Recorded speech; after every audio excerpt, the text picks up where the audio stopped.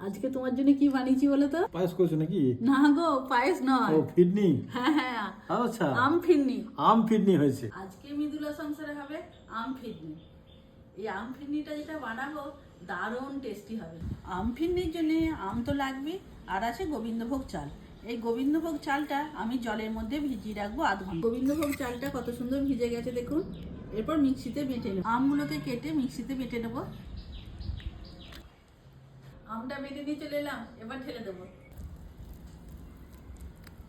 এরপর গোবিন্দভোগ চালটাকে বেটে নেব। এই গোবিন্দভোগ চালটা মিহি করে বাটবো না, একটু দানা দানা থাকবে, বেশ খেতে ভালো লাগবে। দানাটা দেখুন কেমন রেখেছি, সুজির মতো। কড়াইয়ের মধ্যে আমি 1 লিটার দুধ দিয়ে দিলাম। আম ফিরনির জন্য কাজু কিশমিশ কাঠবাদাম ছোট্ট ছোট্ট করে কেটে নেব। দুধটা ফুটে গেছে, এর মধ্যে এবার বেটে রাখা আমি গোবিন্দভোগ চালটা দেব। এই চালটা আমি একসাথে দেব না, 1 চামচ করে দেব আর খুন্তি করে নাড়তে থাকবো। এর মধ্যে 2টো এলাচ দেব, মুখগুলোকে ফাটিয়ে দিলাম। এর মধ্যে আমি হাফ বাটি চিনি দেব, আমি 1 বাটি চিনি দেব না। এই আমগুলো আমার খুবই মিষ্টি, অনেকটাই দেখুন মোটা হয়ে গেছে আর পাতলা নেই। এর মধ্যে এবার আমের পেস্টটা দেব।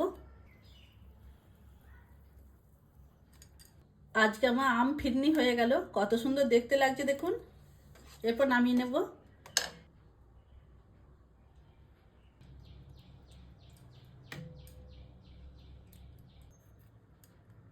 এইটা আবার ফ্রিজে ঢুকিয়ে দেবো।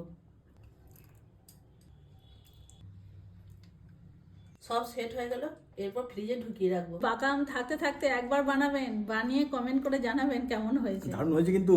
আমাদের ভিডিও এই পর্যন্তই। আপনারা সবাই ভালো থাকুন, সুস্থ থাকুন। দেখা হচ্ছে পরের ভিডিওতে।